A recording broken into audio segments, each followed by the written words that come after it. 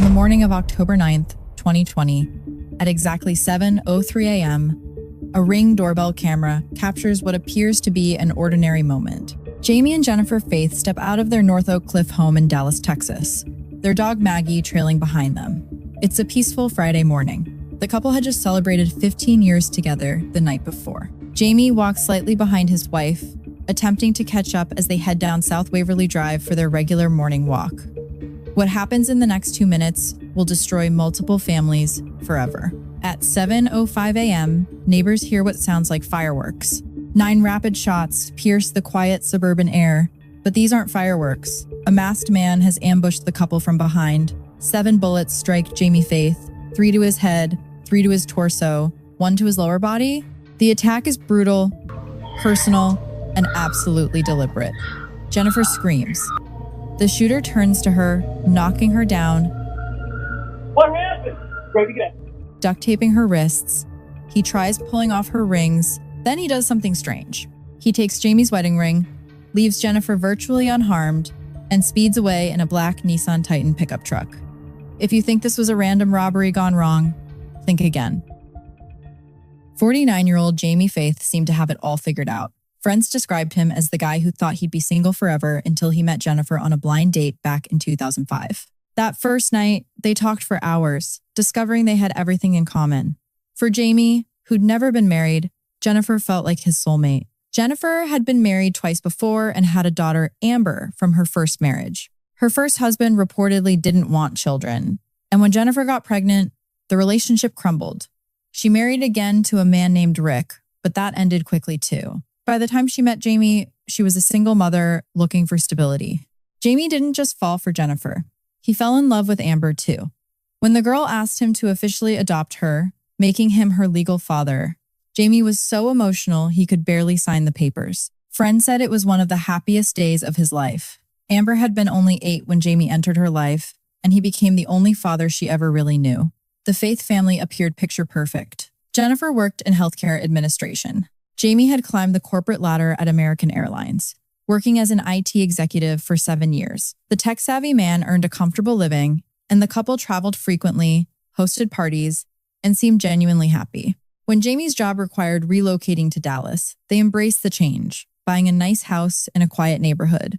On Valentine's Day 2020, Jennifer gave Jamie a personalized book thanking him for making her life so wonderful. Their social media showed constant celebrations, cute gifts, and what everyone believed was authentic love. But behind the facade, Jennifer Faith was weaving a web of lies so twisted, so calculated, that even seasoned detectives would call it one of the most shocking cases they'd ever encountered. 7 months before Jamie's murder, in March 2020, as the pandemic forced everyone into isolation, Jennifer received an email that would set everything in motion. The message came from Darren Lopez, a man she dated in high school and college. They'd lost touch decades earlier when Darren joined the army and deployed to Korea.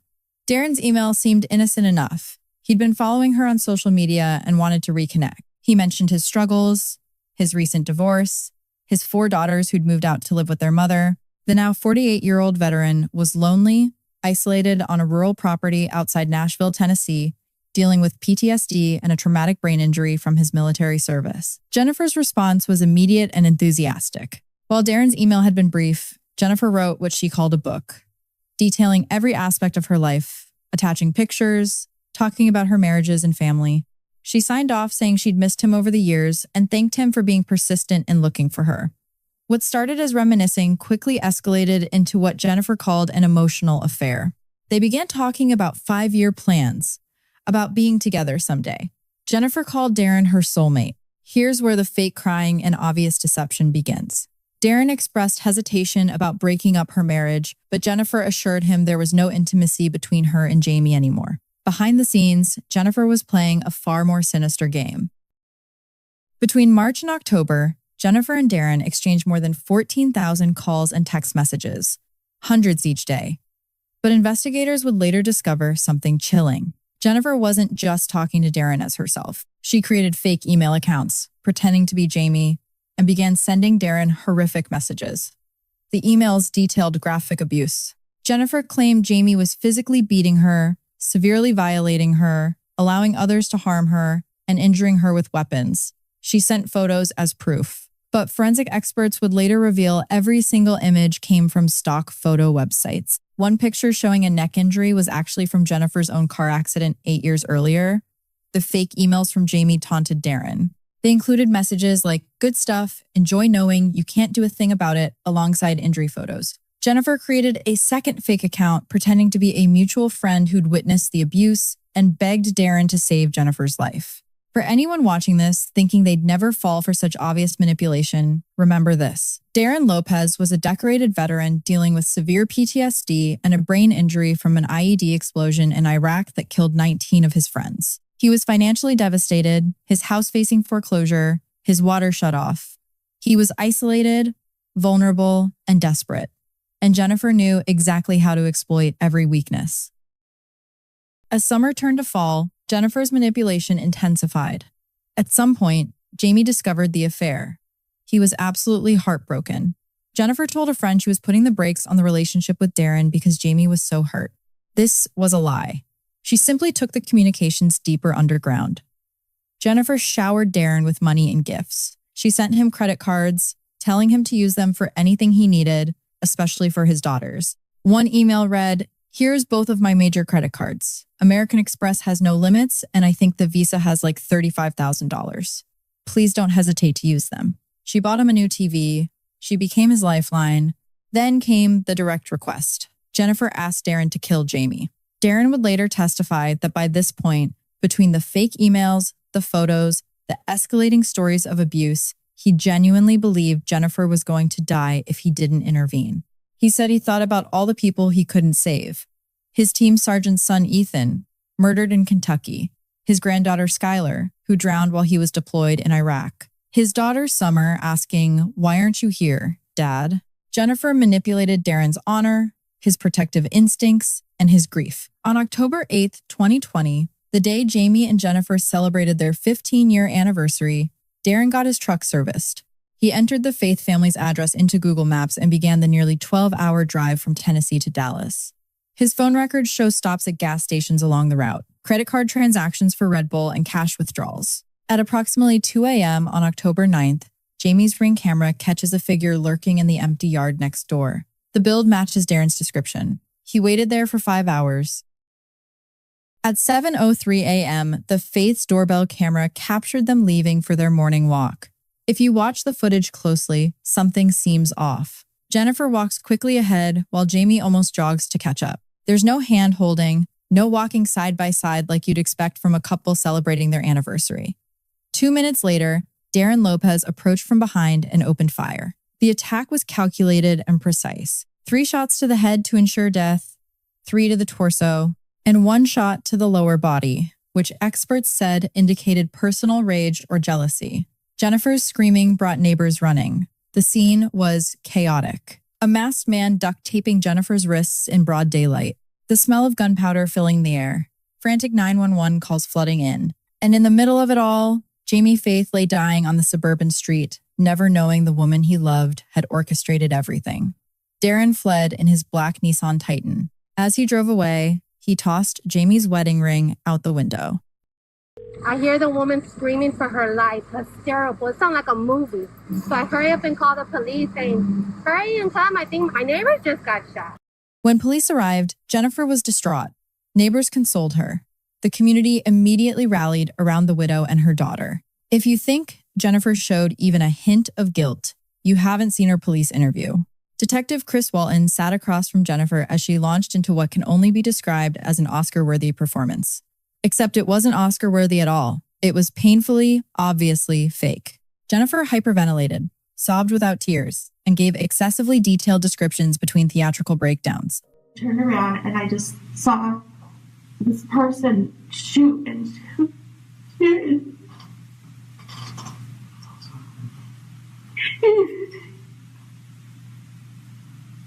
I couldn't believe, I didn't know why. Her voice cracked with practiced emotion. The detective's face remained neutral, but you can almost see him thinking what thousands of viewers would later think watching the footage: this woman is lying. Watch any compilation of real grief versus performed grief, And Jennifer's interview becomes a textbook example of deception. No tears despite intense sobbing. And then I saw the person turn and like just dark eyes and coming toward me. And so I yelled no, and I had the dog, and I started to run, and he tackled me. Perfectly articulated sentences between breakdowns, excessive hand gestures, and that constant checking to see if the detective was buying it. The fake crying and over-the-top performance didn't stop there. Jennifer gave multiple news interviews in the following days, always wearing a mask that conveniently covered much of her face, making the lack of actual tears less obvious. But her eyes remained dry. Her voice maintained that same performative quality. My partner, my best friend. I'm not supposed to be widowed at 48, you know? One neighbor noted that Jennifer's screams that morning sounded like a movie. That's because it was an act. Jennifer wasn't the victim of a random robbery. She was the mastermind of a calculated murder. A woman from Dallas is trying to cope with a sudden loss that no one should feel. Her husband was murdered on their morning walk, and she had to watch it happen. Here's what made this case so obviously suspicious from minute one. The shooter fired 9 times. 7 bullets hit Jamie. None hit Jennifer. Not one. The attack was brutal and personal against him, but she walked away with minor bruises. The duct taping made no sense. You've just fired 9 shots in a residential neighborhood. Every neighbor within earshot is calling 911. You've successfully killed your target. Why would you waste precious escape seconds duct taping a witness's hands in the middle of the street? If this was really a robbery or abduction attempt, Jennifer would be dead too, or actually taken. The wedding rings. This alleged robber took only the rings, nothing else. In a neighborhood where many homes had valuable items, this criminal supposedly committed murder for 2 rings? Typically, that's not how robberies occur. Typically, they just want your property. No one goes to that extreme. The theft felt like an afterthought, a weak attempt to establish a motive. And then there's the truck, a black Nissan Titan with a distinctive T sticker on the back window. Multiple neighbors saw it. Ring cameras caught it. This wasn't some professional hit. This was sloppy, obvious, and poorly planned. Experienced investigators know that when one spouse is brutally murdered and the other walks away unscathed, you start with the survivor. Always. The statistics don't lie. Statistically, the spouse is almost always involved. While police investigated, Jennifer played the grieving widow perfectly for public consumption. It's been horrible, devastating. I teeter between completely heartbroken and completely devastated every day. A GoFundMe was set up to help with funeral costs and support Jennifer and Amber. The community poured out their hearts and their wallets. Within days, the fund raised over $60,000. Jennifer held 2 funerals for Jamie, one in Dallas and one in Phoenix. She had cards, key rings, and coasters made with tip line numbers as if she desperately wanted her husband's killer caught. Meanwhile, she was texting that killer multiple times daily, using those GoFundMe donations to pay off credit cards she'd given Darren Lopez. She gave Darren thousands of dollars in gifts and financial support. Remember, this was a man whose house was being foreclosed on, whose water had been shut off. Jennifer became his savior, all while playing the devastated widow. In November 2020, Jennifer initiated a claim with Metropolitan Life Insurance Company seeking $629,000 in death benefits. When told she couldn't access the money until ruled out as a suspect, she and Darren texted about buying a house together in Tennessee once the money came through. The audacity is staggering. Jennifer made one critical mistake. When police asked to examine her phone, she handed it over without hesitation. She'd deleted all her messages with Darren, but she'd mentioned him in a text to a friend about having an emotional affair. That single mention gave investigators a name, Darren Lopez, Tennessee. And suddenly, the pieces started falling into place. Local authorities near Darren's property confirmed he owned a black Nissan Titan pickup truck. Aerial surveillance spotted the vehicle. They pulled his phone and bank records. Here's where criminals always mess up. They think deleting messages makes them disappear. It doesn't. Darren hadn't deleted anything. Between September 20th and October 20th, just 1 month, Darren and Jennifer exchanged more than 14,000 calls and texts. Think about that number, 14,000 communications in 30 days. That's roughly 467 calls and messages every single day. And oddly, they went completely silent for exactly 28 hours. Right around Jamie's murder, Darren's phone records showed his entire route from Tennessee to Dallas. Gas station stops, the Google Maps search for the Faith home address, credit card transactions along the way. On October 8th, he'd even gotten his truck serviced before making the drive. After the murder, Jennifer sent Darren a panicked message with a link to a news article showing the T sticker on the truck. "I woke up in a bit of a panic," she wrote. "Something is eating away at me, telling me you need to take the sticker out of the back window. I don't normally overreact like this. Really think you need to get that sticker off as soon as possible. Like today." Darren removed it the next day. Too late. Police had already photographed it during their aerial surveillance. On January 10th, 2021, Jennifer sent Darren another message. "Don't text me Monday. I'm going to factory reset my phone Sunday night after deleting texts. If asked about you, you are an old friend going through a divorce. We talk every night because I'm helping give support with the girls." The next day, January 11th, police arrested Darren Lopez at his Tennessee property. Inside Darren's home, investigators found the murder weapon, a .45 caliber pistol. Ballistics testing confirmed it matched the bullets that killed Jamie. They found traces of Jamie's blood on the gun. In Darren's truck, they discovered the blue face mask worn during the shooting. They found credit cards in Jennifer's name. But the most damning evidence was digital.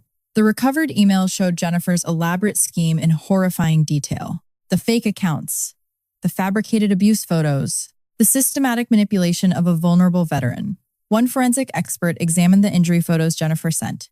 Every single one came from stock image website. One photo showed a watermark that hadn't been cropped out. Another showed a woman clearly half Jennifer's size. The car accident neck injury was easily traced back to a real accident from 2012. There was never any evidence that Jamie Faith had ever been abusive. Not one friend, family member, coworker, or neighbor ever reported concerns. No police reports, no hospital visits, no documentation whatsoever. It was all Jennifer's fabrication. Jennifer's second husband, Rick, came forward with a chilling revelation. Jennifer had told him nearly identical stories about her first husband during their relationship. She'd claimed horrific abuse, showed him photos, and manipulated him to the point where he said he wanted to kill the first husband. The pattern was clear. This was Jennifer's playbook. Police in Tennessee arrested 48-year-old Darren Lopez, this man here, on Monday, and he's now being charged with murder of a Texas man after police say he allegedly drove from Tennessee to Dallas to shoot his ex-girlfriend's husband in October of 2020. When police arrested Darren, Jennifer was questioned again. She denied anything inappropriate between them, claiming they were just close friends. But the woman who'd given interview after interview begging for information about her husband's killer suddenly had nothing to say when the killer was caught. 1 week after Darren's arrest, Jennifer transferred $118,000 from her checking account to an undisclosed third party. Then she used an intermediary to send Darren a message. "I've just needed to be cautious because every communication is being monitored. Please tell him, as soon as possible, that I will always be his." Darren responded, "Please stay strong for us." In February 2021, Jennifer was arrested and charged with obstruction of justice. She pleaded not guilty, but investigators kept digging, recovering more deleted emails, building an airtight case. In October 2021, exactly 1 year after Jamie's murder, prosecutors charged Jennifer with use of interstate commerce in the commission of a murder for hire. This charge carried a potential death penalty. Suddenly, Jennifer's tune changed completely. Faced with execution, she agreed to plead guilty in exchange for the death penalty being taken off the table. As part of her plea deal, she had to admit in writing that she was never abused by Jamie Faith. Not ever. Every accusation was completely false. An Oak Cliff woman has pleaded guilty in federal court to orchestrating her husband's murder with help from her out-of-state boyfriend. In February 2022, a federal judge called Jennifer Faith pure evil and sentenced her to life in prison without possibility of parole. She was ordered to pay $6,500 in restitution to Jamie's family and a $250,000 fine to the government. While sitting in prison, Jennifer had the audacity to request that $200,000 from Jamie's assets be transferred to her. Investigators called it spineless and said it showed her true character. Even after pleading guilty, even after admitting she'd lied about everything, Jennifer was still trying to profit from the murder she orchestrated. Darren Lopez pleaded not guilty and went to trial in July 2023, almost 3 years after Jamie's death. His defense team argued that because Darren genuinely believed Jennifer was in imminent danger based on the fabricated evidence she'd provided, his actions could be considered defense of another under Texas law.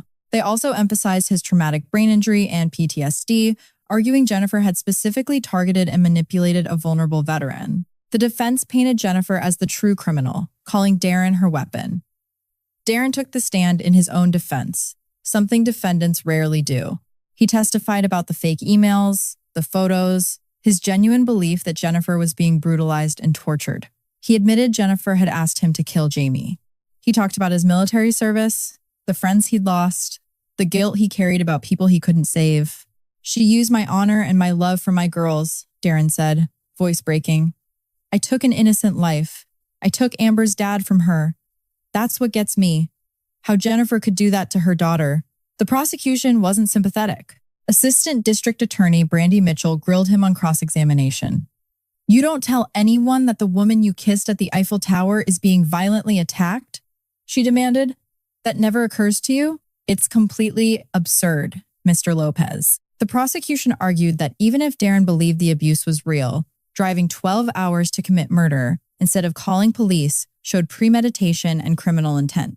They pointed out he could have contacted authorities, could have verified anything, could have done literally anything except execute an innocent man. In July 2023, the jury found Darren Lopez guilty of first-degree murder. We, the jury, unanimously find the defendant, Darren Lopez, guilty of murder as charged in the indictment. They sentenced him to 62 years in prison and a $10,000 fine. At 51 years old, it's essentially a life sentence.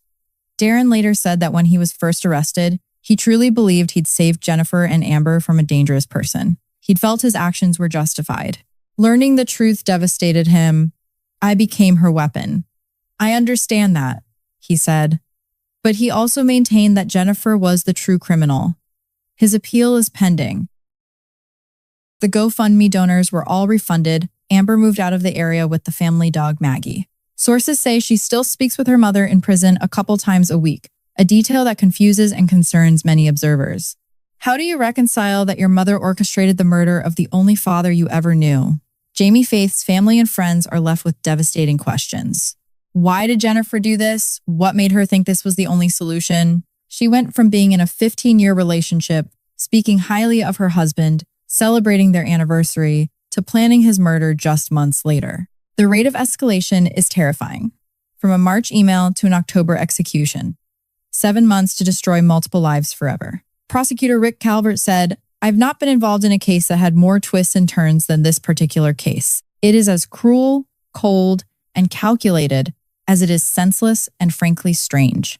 Jennifer Faith sits in prison, convicted of one of the most twisted murder-for-hire schemes in recent Texas history. She showed no remorse, continued trying to profit from Jamie's death even after conviction, and left destruction in her wake. Darren Lopez sits in prison too, a manipulated veteran whose mental health struggles were weaponized against him. His sentence sparked debate about culpability when someone is systematically deceived by a master manipulator. Does believing you're saving someone's life make the murder less criminal? The jury said no. But the question haunts this case. And Jamie Faith is gone. A genuinely good man by all accounts. Someone who took in a single mother and her daughter, who worked hard, who finally found the family he'd always wanted. He died never knowing his wife of 15 years had orchestrated his execution. He died thinking it was a random robbery. In some ways, maybe that's a small mercy. He never knew the depth of her betrayal. The surveillance footage exists. The Ring doorbell captured their last moments together. The masked gunman approaching. The 9 shots. The staged robbery. It's all caught on camera. A permanent record of calculated evil. This case reminds us that monsters don't always look like monsters. Sometimes they look like grieving widows. Sometimes they cry fake tears for the cameras. Sometimes they accept meals from caring neighbors and donations from generous strangers, all while texting their accomplice about buying houses with insurance money. For those of you who've watched this and immediately spotted Jennifer's fake performance, you're not alone. Thousands of viewers commented on how obvious her deception was from the start. It raises an important question. If it was so obvious to viewers, why do these criminals think they'll get away with it? The answer is simple. They underestimate investigators and overestimate their own acting abilities. Share your thoughts below. Have you ever encountered someone who seemed off despite everyone else believing them? What warning signs do you watch for?